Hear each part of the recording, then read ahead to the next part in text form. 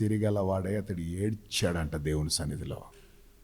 ఆ కన్నీళ్లకు దేవుడు ఎంత ప్రభావితుడయ్యాడంటే, ఏం పేరా నీ పేరు అన్నాడు. హల్లెలూయా. అద్భుతం ఏంటంటే, నా పేరు యాకోబు అన్నాడు. నెక్స్ట్ ఏమంటాడు, నీ పేరేం పేరు అంటాడు ఈయన. అంటే పేర్ల కోసం ఏం తెలియకుండానే రాత్రి అంతా కూర్చున్నాడు ఆయన దగ్గర. అదే అద్భుతం. ఇప్పుడు జరుగుతుందా జరగదా, అవుతుందా అవ్వదా నీకు అనవసరం. ఆయన సన్నిధిలో నువ్వు కూర్చోవడమే అది అవసరం. ఆయన మాట్లాడుతున్నాడా, మాట్లాడడం లేదా, జరుగుతుందా, నాకు చలిగా ఉంది, నాకు వేడిగా ఉంది, నాకు ఇట్లా అనిపించే ఆ ఫీలింగ్స్ అన్నీ ఏం అవసరంలే. ఆమేన్. ఇట్లా ఊగిపోతూ అబ్బా పరిశుద్ధాత్ముడు వచ్చినాడన్నా వాళ్ళ మీదకి, బా ఏం ఊదునా బా ఇదేనా ఊగడమే లేదన్నా, రాలేదన్నా వీళ్ళ మీదకి. ఆ ఫీలింగ్స్ కాదు. ఆమేన్. మన ఫీలింగ్స్కి బియాండ్గా పనులు చేసే దేవుణ్ణి మనం ఆరాధిస్తున్నాం. ఆయన ఉన్నవాడు అనువాడు, అది నమ్మాలంతేక. ఆయన పేరు నువ్వు ఎక్కడ ఉంటే అక్కడ ఉంటాడు ఆయన. ఎందుకంటే దేవునికి స్తోత్రం, ఆయన ఉన్నవాడు. ఇక 2-3 ఆయన నామములో కూడుకుంటే పక్కన వాళ్ళని చూసి ఇట్లా అనండి, 100% ఉంటాడని. హల్లెలూయా. కానీ ఏడిసే మొగల్లాగా తయారు కావాల సహోదరులారా. ఏడవాల మనం దేవుని రాజ్యంలో. ఈ రాత్రి నువ్వు ఏడవడం ప్రారంభిస్తే నీ కుటుంబాన్ని దేవుడు కట్టబోతున్నాడు. నీ భార్యకు రక్షణ ఇవ్వబోతున్నాడు. నీ పిల్లలకు రక్షణ ఇవ్వబోతున్నాడు. నీ కుటుంబం అంతా కూడా ఆయనను సేవించే గొప్ప భాగ్యములనికి దేవుడు తీసుకుపోతున్నాడు. అటువంటి ఆశీర్వాదం నీ పైకి రాబోతా ఉంది. హల్లెలూయా. కాబట్టి ఉదయమున సంతోషము కలుగును. సాయంకాలం ప్రారంభమైంది దుఃఖం. ఏషావుని ఎట్లా ఎదుర్కోవాలి, నా ఫ్యూచర్ ఏంటి, నా భవిష్యత్తు ఏంటి, నాకు వీళ్ళంతా ఉన్నారు, నేను పిల్లల్ని ఎట్లా పోషించాలి, పిల్లల్ని ఎట్లా చదివించుకోవాలి, పిల్లల్ని ఎట్లా కాసుకోవాలి, భార్యను ఎట్లా చూసుకోవాలి, నాకు ఒక సొంత ఇల్లు లేదు, నాకు తినడానికి తిండి లేదు, సరైన అప్పులు ఎక్కువైపోయినాయి, సమస్యలు ఎక్కువైపోయినాయి, ఇరుకులు ఎక్కువైనాయి, ఇబ్బందులు ఎక్కువైనాయి, ఇవన్నీ ఎక్కువ అయిపోయినాయి అన్న ఆలోచన ఉన్నా అతడు అవన్నీ పక్కన పెట్టి దేవుని సన్నిధిలో కూర్చున్నాడు. ఆమేన్. చెప్పండి. ఎడతెగకుండా విసుకకుండా ప్రార్థన చేసేవారు ఎప్పటికైనా ఆశీర్వదించబడతారని. అంటే దాని అర్థం లేకుంటే ఆశీర్వాదం ఉండదు. ఆశీర్వాదం సూత్రం అది. ఆమేన్. హల్లెలూయా. మెంటల్ ఎక్కుతుందన్న ఆ మాట అనొద్దన్న. మెంటల్ అంటే సైతాన్గాడు. వాడిని మళ్ళీ నెత్తి మీదకి ఎందుకు ఎక్కించుకోవాలా? మెంటల్ ఎక్కుతుందన్న, పిచ్చి పట్టినట్టుందన్న, ఏం చెయ్యాలో కాలు ఆడడం లేదంట, చెయ్యి ఆడడం లేదంట. అందుకే దేవుని సన్నిధిలో ఆడియాలి ఇవి. ఆమేన్. అవి లోకస్తులు మాట్లాడేది. నీకు మెంటల్గా ఏం అర్థం కాని పరిస్థితులు ఉందా, గదిలోనికి వెళ్ళు, తలుపులు వేసుకో, ఏం జరుగుతుందో చూడు. దేవునికి స్తోత్రం. నిజ దేవుడు, నువ్వు సేవించే దేవుడు, నువ్వు ప్రార్థించే దేవుడు, ఎవరి సన్నిధిలో అయితే రాత్రి కూర్చొని నువ్వు ఆయన సన్నిధిలో కనిపెడుతున్నావో ఆ దేవుడే దిగి వస్తాడు నీ దగ్గరికి. హల్లెలూయా. ఆమేన్. మన దేవుడు ఎటువంటిదో తెలుసా? యేసుప్రభు ఏమంటాడు తెలుసా? ఆయన గురించి ఆయన సాక్ష్యం, నేను దీనుడను సాత్వికుడను అంటాడు. నీ దగ్గరికి రావడానికి ఏం సిగ్గుపడాడైనా, ఏం పెద్దగా ములాద పడాడైనా, ఏం ఫీల్ కాడైనా. మనం దేవుని దగ్గర పోవడానికి పెద్ద ఫీలు. ఆమేన్. మనకున్నంత ఎచ్చులు ప్రపంచంలో ఓడుకుండదు. ఎచ్చులోడు అంటే వాడే దేవుని దగ్గర రానోడు, ప్రార్థనలో రానోడు.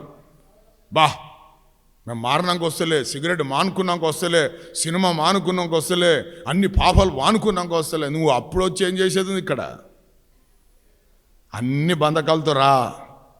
చెరలో ఉన్న నిన్ను విడిపించి నడిపించే దేవుడు నీతో కూడా వస్తాడు. హల్లెలూయా. ఆమేన్.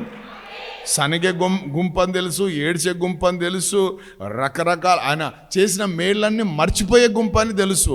అయినప్పటికీ ఇశ్రాయేలును చూడడానికి, వారి కన్నీళ్లను, వారి నిట్టూర్పులను వినడానికి ఆయన దిగొచ్చాడట. ఏం ప్రేమయ్యా అది! పిచ్చెక్కుతుంది దేవుని ప్రేమ గురించి ఆలోచిస్తే. ఆమేన్. మంచోని దగ్గరికి ఎవ్వడైనా పోతాడమ్మా. ఆమేన్. మంచి బట్టలు వేసుకొని సెంటు కొట్టుకొని సీటు ఖాళీ ఉంది కూర్చోంటే ఫస్ట్ పోయి కూర్చుంటారు. ఎందుకు? కమ వాసన వస్తుందని. అదే గడ్డాలు పెంచుకొని ఇంటికి వేసుకొని అంతా చీని అటు కూర్చున్నాడు, మన దగ్గర కూర్చుంటారు అబ్బాయి. ఈగలు తిరుగుతుంటే కూర్చుంటారు అబ్బాయి, చెప్పాలా? కానీ యేసయ్య అటువంటాడు కాదు. వాళ్ళ దగ్గర కూర్చొని వాళ్ళ వస్త్రాలను మార్చే దేవుడు, వారి జీవితాలను మార్చే దేవుడు. హల్లెలూయా. ఇప్పుడు యాకోబు జీవితం అదే. సో ఇక తెల్లవారుతుందట. ఏమేన్? అప్పుడు అడుగుతున్నాడు నీ పేరేం పేరని. ఎందుకంటే వీడు పోరాడుతూనే ఉన్నాడు, ఏడుస్తూనే ఉన్నాడు, రాత్రంతా ఏడుస్తున్నాడండి. ఆమేన్. హల్లెలూయా. ఆడలో ఏదిరా ఏడు పనిలే దేవుడు. ఆ ఏడుస్తుంటే దేవుడు ఎంత ఆనందిస్తున్నాడు. ఆమేన్. హల్లెలూయా. నేను అనుకుంటాను కొంతమంది ప్రార్థన చేయరు, కానీ ప్రార్థన పట్టుకున్నారంటే అది ప్రార్థన మామూలుగా ఉండదు. 20 ఏళ్ళ ఏడుపు ఒకటేసారి ఏడిచాడు రాత్రంతా. దేవునికి స్తోత్రం. నేను అంటాను 20 సంవత్సరాలు దేవునితో సహవాసం లేనోడు ఒక్క రాత్రి కూర్చొని దేవుని సన్నిధిలో అంత ఏడుస్తే దేవుడు అతన్ని ఆశీర్వదిస్తే, ప్రతిరోజు నువ్వు దేవుని సన్నిధిలో కూర్చుంటున్నావు, ప్రతిరోజు నువ్వు దేవుని నామాన్ని స్మరణిస్తున్నావు, ప్రతిరోజు దేవుని నామాన్ని గణపరుస్తున్నావు. హల్లెలూయా.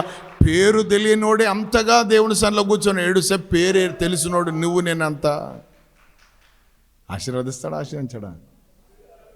నిన్న నేడు నిరంతరము. అది గుర్తుపెట్టుకోవాలి మనం ఈ రాత్రి. హల్లెలూయా.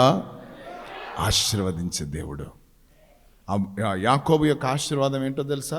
రాత్రంతా కూర్చొని ఏడ్చినందుకు ఉదయమున దేవునికి స్తోత్రం. హల్లెలూయా. సూర్యోదయం దేవునికి స్తోత్రం ఆయన మీదికి వచ్చినప్పుడు ఆమేన్, ఆయనకు వచ్చిన ఆశీర్వాదం ఏంటో తెలుసా? యెషయా గ్రంథం 60 అధ్యాయము 19-20 వచనాలు. 60 19-20. పగలు సూర్యుని ప్రకాశము నీకు వెలుగుగా ఉండదు, నీకు వెలిగించుటకై చంద్రుడు ఇకను ప్రకాశింపడు. యెహోవాయే నీకు నిత్యమైన వెలుగవును.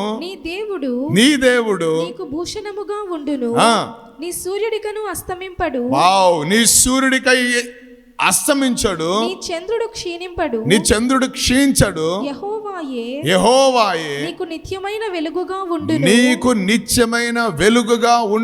నీ దుఃఖ దినములు సమాప్తములు. అందరూ గట్టిగా చప్పట్లు కొడుతూ దేవుని నామాన్ని మహిమపరచండి. హల్లెలూయా.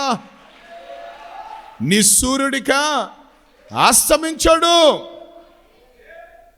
ఆమేన్. నీ చంద్రుడిక ఆమేన్. దేవునికి స్తోత్రం. హల్లెలూయా. యెహోవాయే నీకు నిత్యమైన వెలుగుగా ఉంటాడు. అంతేకాదు నీ దుఃఖ దినములు సమాప్తమైన. ఆ మాట అందరికి ఇష్టం. ఇండ్లలో పెట్టుకుంటారు, వాల్ పోస్టర్లో పెట్టుకుంటారు. కానీ ఎవడు దుఃఖ దినములు అంటున్నాడు ఇక్కడ? రాత్రంతా ఏడిసేవాని జీవితంలో దుఃఖ దినములు.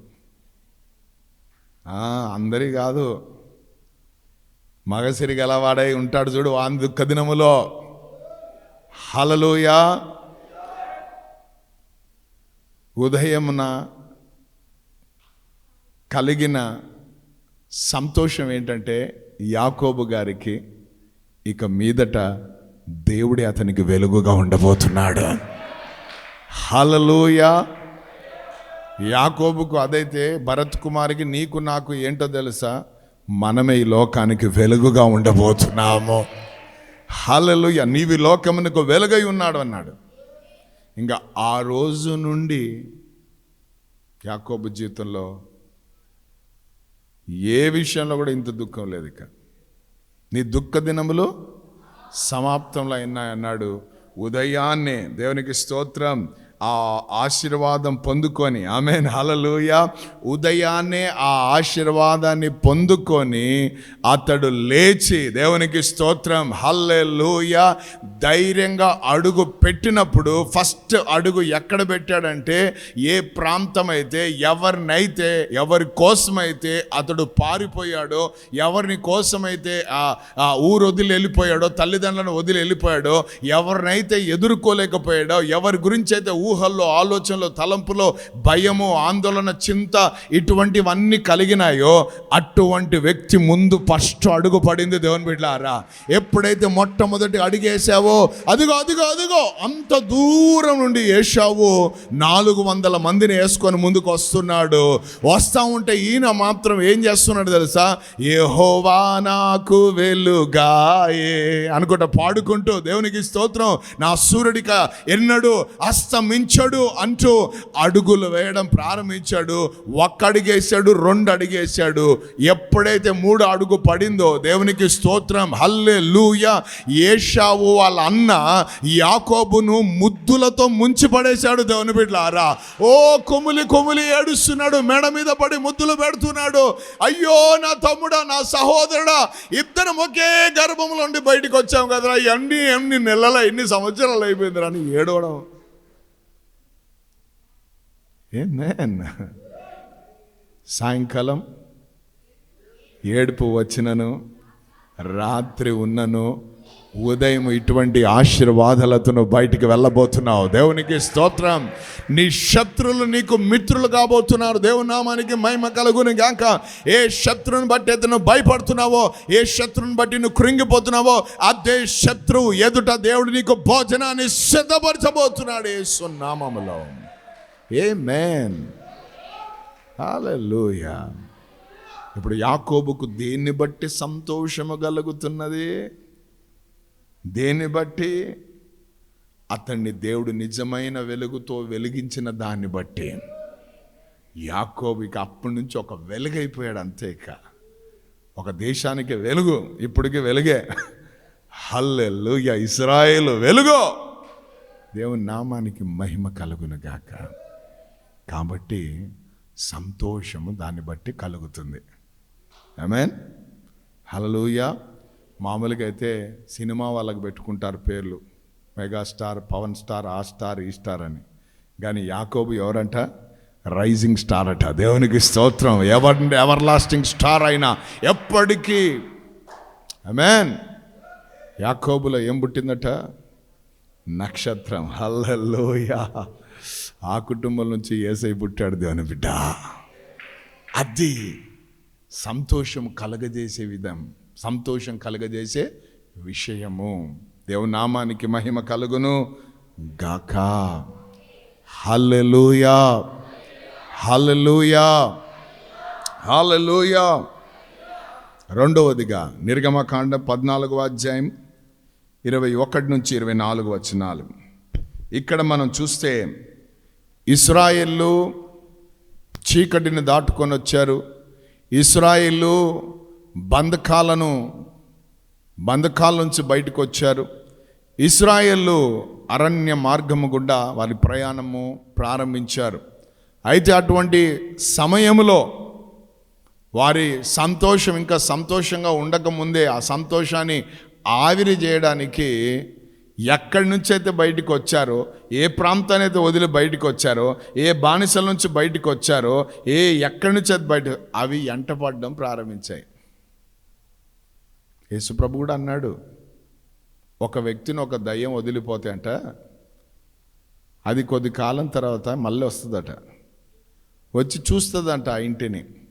అది బాగా ఊడ్చి అమర్చి సిద్ధంగా ఉండి ఆ ఇంట్లో ఎవరు లేరనుకో, ఇతగాడు వెళ్ళి ఏం చేస్తాడట, మరీ చెడ్డవి 7 దయ్యాలను తీసుకొని వస్తాయి. వాడి స్థితి మొదటి స్థితి కంటే కడపటి స్థితి బహుభయంకరంగా ఉంటుంది అంటున్నాడు యేసుప్రభు. సో ఈరోజు నాకు విడుదల పొందుకున్నాను, ఈరోజు నాకు హీలింగ్ వచ్చేసింది, ఈరోజు నాకు అన్నీ జరిగిపోయినాయి, నేను ఇంకా స్వస్థపడ్డాను, విడుదల పొందాను, అయిపోయింది నా కథ అని మళ్ళీ లోకంలో పోయినాం అనుకో, మరి 7 చెడ్డాలు నేను వెనకనే ఉంటాయి. అందుకే వాళ్ళ స్థితి చాలా ప్రమాదకరంగా ఉంటాయి. హల్లెలూయా. ఏందండి సాక్ష్యం? ఎంత భయంకరమైన విషయం కదా. యేసు ప్రభుత్వం 3.5 సంవత్సరం ఉండి వాడు సూసైడ్ చేసుకొని చచ్చిపోయినాడంటే ఏందా విషయం? మళ్ళీ అద్భుతాలు చేశాడు వాడు, సేవలో వాడబడ్డాడు వాడు, పరిచర్య చేసినాడు వాడు. కానీ చెట్టుకి ఏం వేసుకున్నాడట? కడుపు పగిలి చచ్చాడట. ఎందుకు? వానిలోనికి ఎవడు ప్రవేశించాడట? అది విచిత్రం ఏంటంటే రొట్టె ముక్క తీసుకోగానే దయ్యం మనలో ప్రవేశించింది. కారణం ఏంటంటే ఇటు సహవాసం ఇక్కడ ఉన్నట్టే ఉంటాడు కానీ చీకట్లో ఉన్న వాళ్ళతో సహవాసం అంది. శరీరం ఇక్కడే, మనసంతా టీ బంకుల దగ్గర. దేవునికి స్తోత్రం, హల్లెలూయా. అక్కడ సహవాసాలు మనవి. ప్రార్థనలో కనబడినట్టే ఉంటాయి, దేహాలు మాత్రం ఇక్కడ ఉంటాయి, ఆత్మలు మాత్రం అదే ఇటు అయిపోయాయి. యేసు ప్రభుతో ఉన్నట్టే ఉన్నాడు. మీలో ఒకడు నన్ను పట్టేశాడన్నాడు, అన్నాడు నేనా అని బాగానే చెప్పుకున్నాడు, అంత అన్నాడు. లాస్ట్లో రొట్టె తీసుకొని సర్రని పోయినాడట దాటుకొని. రాత్రిపూటని అది కూడా. జాగ్రత్త, రాత్రులు ఎక్కడెక్కడ తిరుగుతున్నావు. పిశాసి కావద్దు. ఆమేన్. కాబట్టి భద్రం చేసుకుంటూ ఉండాలి మనం ఎప్పుడు కూడా. హల్లెలూయా. వెనక ఎప్పుడు శత్రువు ఉంటాడు, చెప్పండి అందరు కూడా. అందుకే కొంతమంది అంటుంటారు, ఎవరో లేదన్నా మా ఇంట్లోనే ఉన్నారు నాకు శత్రువులు అంటుంటారు. అవునా? ఎప్పుడు మన వెనకనే ఉంటాడు వాడు. పౌలు గారైతే ఏమంటారు తెలుసా? నేను ముమ్మారు ప్రార్థన చేసిన ఆ ముళ్ళు తీసే అని. ముమ్మారు ప్రార్థన చేసినారంట ముళ్ళు తీసేయమని. ఆ ముళ్ళు ఎవరంటే తెలుసా? ఆ ముళ్ళు సాతాను ఒక దూతలాగా పెట్టాడట అక్కడ. ఆమేన్. వాడు దూతలా కాసుకొని ఉంటాడట సైతాన్ గారు ఎప్పుడు కూడా పౌలు గారు వెనుకనే. ఏంది ప్రభు ఆవిడు, ఏంది ప్రభు ఇది అల్లరి, ఏంది ప్రభు ఇది అనగానే ప్రభు ఏమంటాడు తెలుసా? నా కృప నీకు చాలు నా కుమారుడా. హల్లెలూయా. అందుకే అంటాడు, ప్రయాసపడింది నేను కాదు, ప్రభు యొక్క కృపయే. హల్లెలూయా. నేను బ్రతికి ఉన్నానంటే అంతే. హల్లెలూయా. కానీ వెనక ఎప్పుడు ఉంటుందని చెప్పండి? ముందేమో అన్ని ఆశీర్వాదాలు, వెనకేమో అన్ని సమస్యలే. అటు ఇప్పుడు మనం ఎక్కడ పోవాలి? వెనక పోదాం, ముందు పోదామా? అందరూ ఆమెందని చెప్పండి. హల్లెలూయా. అద్భుతం ఏంటో తెలుసా? వీరు బయలుదేరి వెళ్తున్న సమయంలో వీళ్ళు వెనకబడ్డారు. అయితే వీళ్ళు ఎక్కడున్నారు తెలుసా? ఆ ఎర్ర సముద్రం ముందు నిలబడిపోయి ఉన్నారు. ఆ సముద్రం వీళ్ళకి అడ్డం వచ్చింది, దాటుకోవడానికి పోవడానికి వీళ్ళు లేని పరిస్థితి. ముందేమో సముద్రం, వెనకేమో శత్రువు, మధ్యలోమో వీళ్ళు. ఇంకా చూడు, అటుపోయినా అంటే మన భాషలో చెప్పాలంటే ముందు పోతే నొయ్యి, వెనకపోతే గొయ్యి. ఇది వాళ్ళ పరిస్థితి. ఇక ఈ టైంలో ఏం చేయాలో అర్థం కాక తీసుకొని వచ్చినవన్నీ పట్టుకున్నారు. ఏం అక్కడ సమాధులు లేనట్టు ఇక్కడ తెచ్చి మమ్మల్ని చంపడానికి మోసే అని ఇక రకరకాల మాటలు మాట్లాడితే, ఉండండిరా బాబు అని ఈయన దేవునికి మొరపెట్టాడు. ఏంటి ప్రభా అని ఆయన అంటాడు, నువ్వెందుకు నాకు మొరపెడతాడు అంట. ఎప్పటికైనా సేవకులకు ఎన్ని దెబ్బలు ఉంటాయి చూడండి. ఆమేన్. మధ్యవర్తిగా ఉన్నోడికి ఎప్పటికీ సమస్యలే. ఆమేన్. హల్లెలూయా. అయితే చివరిగా జరిగింది ఏంటో తెలుసా? దేవునికి స్తోత్రం. మోషే ఒక మంచి మాట అన్నాడు, ఇశ్రాయేల్ జనమ్మ భయపడొద్దు, దిగులు పడొద్దు. ఈరోజు మీరు చూస్తున్న ఈ శత్రు ఇక ఎన్నడూ కనబడడు. ఊరికే నిలిచి ఉండి చూడండి యెహోవా కలుగజేసే రక్షణ కార్యాన్ని. హల్లెలూయా. అంటే దీని అర్థం ఏంటంటే నువ్వు ఆ సమస్య ముందు నిలబడినా చాలు అద్భుతం దేవుడు చేస్తాడు. ఈరోజు నిలబడకుండా ఫరారైతున్నావు, ఈరోజు నిలబడకుండా పారిపోతున్నావు, ఈరోజు తప్పించుకొని తిరుగుతున్నావు. అది ఉన్నంత వరకు నీ సమస్యలు తీరవు. అది నిన్ను వెంటబడుతూనే ఉంటుంది, నీ వెనకనే ఉంటుంది. అది ఒక్కసారి నిలబడి ఏం చెప్పు అనాలి, అంతే, ఏం ఉండదు ఇంకా. ఆమేన్. హల్లెలూయా. నేను రాత్రిపూట పల్లెలకు పోయి సేవ చేసి వచ్చేవాడిని. బైక్ ఉండేది అప్పుడు నాకు. బైక్లో నేను ఇంకొక సహోదరు పోయేవాళ్ళం. కొన్నిసార్లు ఒంటరి ప్రయాణం జరిగేది. అయితే 60 కిలోమీటర్లు 70 కిలోమీటర్లు వెళ్ళేవాడిని. వెళ్ళి సువార్త చేసేసి మన ప్రయాణాలన్నీ రాత్రి ప్రయాణాలే. మీటింగ్లు అన్నీ కూడా ఈ దయాలు పడిన వాళ్ళందరినీ యేసుప్రభు దగ్గరికి రాత్రిపూట తెచ్చేవాళ్ళట. అంటే సువార్త గుడికలు అన్నీ రాత్రిలే ఉంటాయి. ఆమేన్. హల్లెలూయా. దేవునికి స్తోత్రం. అయితే ఆ ఎర్రగుంట్ల దగ్గరికి రాగానే ఇప్పటికీ నాకు గుర్తుంది, ఆ టర్నింగ్ అయి కొంచెం ముందుకు రాగానే ఎక్కడుంటాయో కుక్కలు తెలియదు, ఆ రైల్వే స్టేషన్ దగ్గర నుంచి కొద్ది దూరం వరకు మామూలు కుక్కలు కాదు అవి. ప్రారంభంలో నాకు తెలియక అవి ఎంటబడితే స్పీడ్ ఎక్కువ చేసి ఎంత స్పీడ్గా పోయినానంటే మామూలుగా పోలేదు. ఇక 2 కాళ్ళు పైకి ఎత్తే ఆమెన్ సర్కస్లో పోయినట్టు పోయినాను ఇక.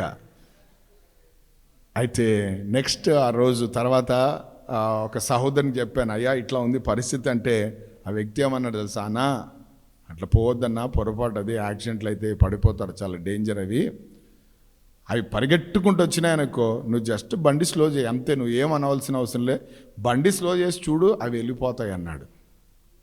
అవునా అని సరే అని ప్రార్థన చేసుకుంటా సేమ్ మళ్ళీ రాత్రి 12-1 గంటకు బయలుదేరి వస్తుంటే కుక్కలన్నీ వచ్చినాయి పరిగెట్టుకుంటా.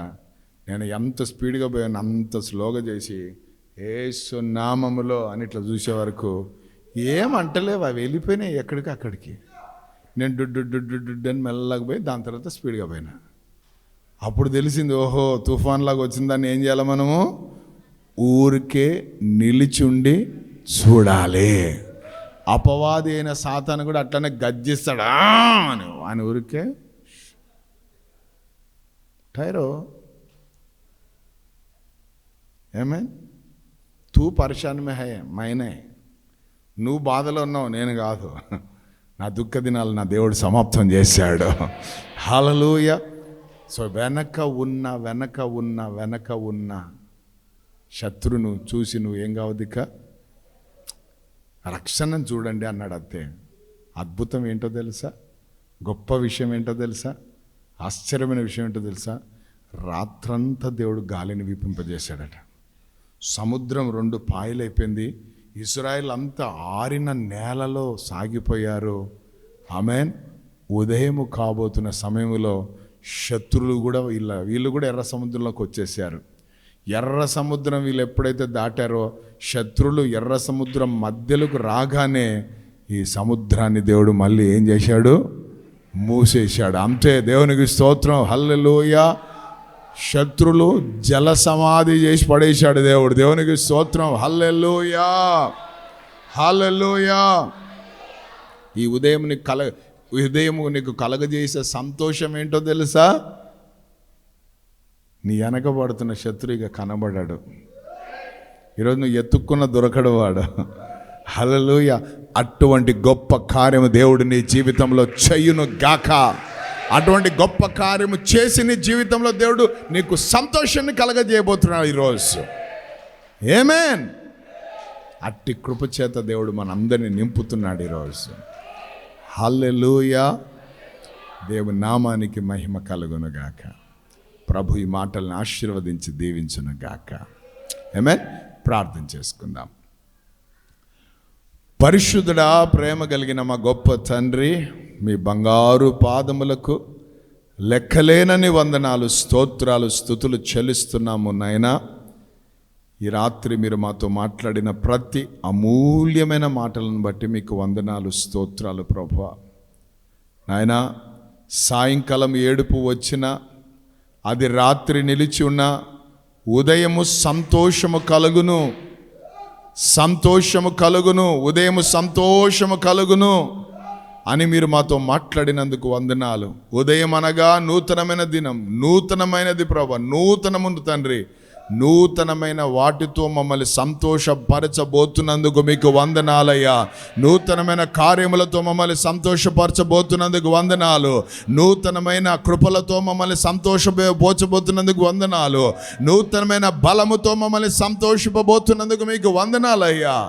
తండ్రి, దేని వలన మాకు సంతోషము కలుగుతుందో నాయన మీరు మాతో మాట్లాడినందుకు వందనాలు. యాకోబు నాయన జీవితాన్ని తీసుకుని వచ్చావు. నీ సూర్యుడిక అస్తమించడు అన్నావు, మీరే అతనికి వెలుగుగా ఉంటానన్నావు. దుఃఖ దినములు సమాప్తములగును అని సెలవిచ్చావు ప్రభా. కాబట్టి నాయన గొప్ప దేవ, ఒక రైజింగ్ స్టార్గా ప్రభా మీరు నిలబెట్టే దేవుడుగా ఉంచినందుకు మీకు వందనాలు. అలాగే వెనకున్న నాయన శత్రువులు కనబడకుండా చేసి మాకు సంతోషాన్ని కలగజేసే దేవుడుగా మీరు ఉన్నందుకు మీకు వందనాలయ్యా. విత్తబడిన ఈ మాటలు మా అందరి హృదయాల్లో నీరు కట్టి ఫలింపచేయండి.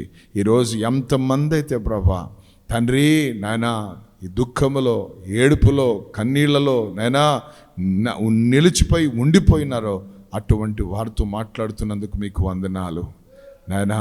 ఉదయమున సంతోషము కలుగును అని సెలవిచ్చిన దేవుడవు నీకు స్తోత్రము నాయనా. అట్టి వాగ్దానంతో ముందుకు సాగిపోయి కృప ప్రతి బిడ్డకు దయచేయమని మీకే వందనాలయ్యా తండ్రి. మీకే స్తుతి ఘనత మహిమా ప్రభావాలు చెల్లిస్తూ యేసుక్రీస్తు నామములో ప్రార్థిస్తూ వేడుకుంటున్నాం మా పరలోకపు తండ్రి. ఆమేన్. ఆకాశమందు నీవు తప్ప నాకెవరున్నారయ్యా, ఈ లోకములో నీవుగాక వేరే ఆశే లేదయ్యా. ఆకాశమందు నీవు తప్ప నాకెవరున్నారయ్యా, ఈ లోకములో నీవుగాక వేరే